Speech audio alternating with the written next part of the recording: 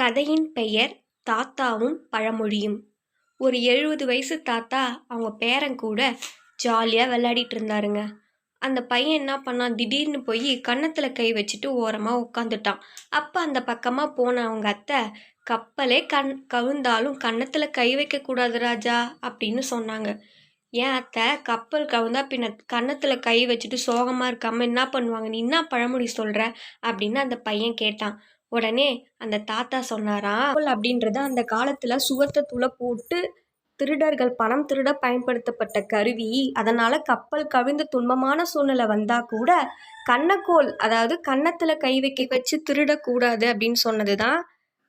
கப்பல் கவிழ்ந்தாலும் கன்னத்துல கை வைக்க கூடாது அப்படின்றது மருவி போயிடுச்சு அப்படின்னு தாத்தா சொல்லி முடிச்சாருங்க. இதுல இவ்வளோ இருக்கா அப்படின்னு ஆச்சரியமா கேட்டுட்டு பம்பரம் சுத்திட்டு விளையாட ஆரம்பிச்சிட்டான். தாத்தா, கண்ணு கண்ணு நீ பெருசாக என்ன ஆக போற அப்படின்னு கேட்டாரு. அதுக்கு நான் பெரிய போலீஸ் ஆஃபீஸரா ஆக போறேன் தாத்தா அப்படின்னு சுட்டித்தனமா பதில் சொன்னான் அவன். ஆனா அவங்க அத்தை வாய் சும்மா இல்லாம, போக்கத்தவன் போலீஸ் ஆனானா வக்கத்தவன் வாத்தியார் ஆனானா அப்படின்னு ஒரு பழமொழியை போட்டுச்சு. உடனே அவனுக்கு கோவம் வந்துருச்சுங்க. நான் என்ன போக்கத்தவனா நானு? என்னை பார்த்து என்ன அத்தை இப்படி கேட்குது? எனக்கு என்ன போக இடம் இல்லையா அப்படின்னு அவங்க தாத்தாவை பார்த்து கேட்டாங்க. அப்படி இல்லடா தங்கம், போக்கு கற்றவன், ஒழுங்குகளை கற்றுக்கொண்டவன் தான் காவல்காரன், வாக்குகளை கற்றவன் தான் வாத்தியாரு, அதை தான் போக்கற்றவன் அப்படின்ட்டு போக்கத்தவன் அப்படின்ட்டு மருவி இப்படி பழமொழி ஆகிடுச்சு அப்படின்னு சொன்ன உடனே தாங்க கொஞ்சம் மனசு ஆறுதலாச்சு.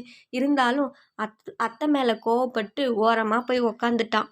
திருப்பியும் போய் 2 பேரும் சமாதானப்படுத்துறதுக்குள்ள அவனுக்கு ஒரு வழி ஆகிடுச்சுங்க. போய் அவங்க தாத்தா, என் கண்ணில் என் பட்டு தங்கம்ல, வாடா பட்டு, நம்ம கடைக்கு போகலாம் அப்படின்ட்டு தூக்கிட்டு வெளியில் வந்தாங்க. என்னை மன்னிச்சிடு தங்கம், அத்தை தெரியாமல் சொல்லிட்டேன்னு அத்தையும் சமாதானப்படுத்தினாங்கங்க. அப்பையும் அவன் சமாதானமே ஆகலை. அத்தையை ஒரு அடி அடிச்சிடலாமான்னு கேட்டு அவங்க அத்தையை தாத்தா போய் ஒரு அடி அடித்த உடனே தான் அவன் முகத்தில் அவ்வளோ ஒரு சந்தோஷம் தெரிஞ்சுது. ஒரு வழியாக என்னை மன்னிச்சுக்கடா தங்கம், என் பட்டு, நான் தெரியாமல் சொல்லிட்டேன்னு அத்தையும் சரண்டர் ஆயிட்டாங்கங்க. பையனுக்கு ரொம்ப சந்தோஷமாயிடுச்சு. அடி உதவுற மாதிரி அண்ணன் தம்பி உதவல பாத்தியா அப்படின்னு தாத்தா கேட்ட உடனே, இந்த பழமொழிக்கு ஒரு அர்த்தம் இருக்கா தாத்தா அப்படின்னு அந்த பையன் கேட்டாங்க. ஆமாம்ப்பா, இங்கே அடின்றது இறைவனுடைய திருவடியை குறிக்கும். எந்த துன்பமானாலும் நம்ம இறைவனுடைய அருள் நம்மக்கிட்ட இருந்துச்சுன்னா நம்மளை எந்த துன்பமும் நெருங்க முடியாது.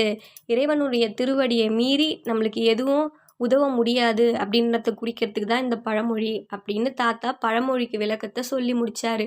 உடனே கேட்க கேட்க எவ்வளோ ஆர்வமாக இருக்குது தெரியுமா? இதுக்கப்புறம் எனக்கு தினமும் ஒரு பழமொழியும் அதுக்கு உண்டான விளக்கத்தையும் எனக்கு சொல்லித்தாங்க.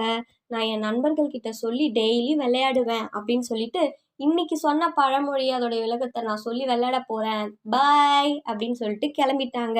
அவங்க அத்தையும் தாத்தாவும் இன்னைக்கு நம்ம பிள்ளைக்கு ஒரு நல்ல விஷயத்த சொல்லி கொடுத்தோம் அப்படின்ற ஒரு திருப்தியோட அவங்கவுங்க வேலையை பார்க்க கிளம்பிட்டாங்கங்க. இந்த கதை மூலயமா நான் என்ன சொல்ல வரேன் அப்படின்னா, பழமொழியும் விடுகதையும் நம்ம முன்னோர்கள் நமக்கு கொடுத்த புதையல். அதை நம்மளுடைய சந்ததியினருக்கும் நம்ம சொல்லணும், தெரியப்படுத்தணும். நம்ம பசங்களும் அதை தெரிஞ்சு அதனுடைய விளக்கத்தை புரிஞ்சு நிறைய விஷயங்களை கற்றுக்கணும் அப்படின்றத நான் இந்த கதை மூலயமா சொல்லிக்கிறேன். இதற்கு வாய்ப்பளித்த நீரோடை மகேஷ் அவர்களுக்கு நன்றி.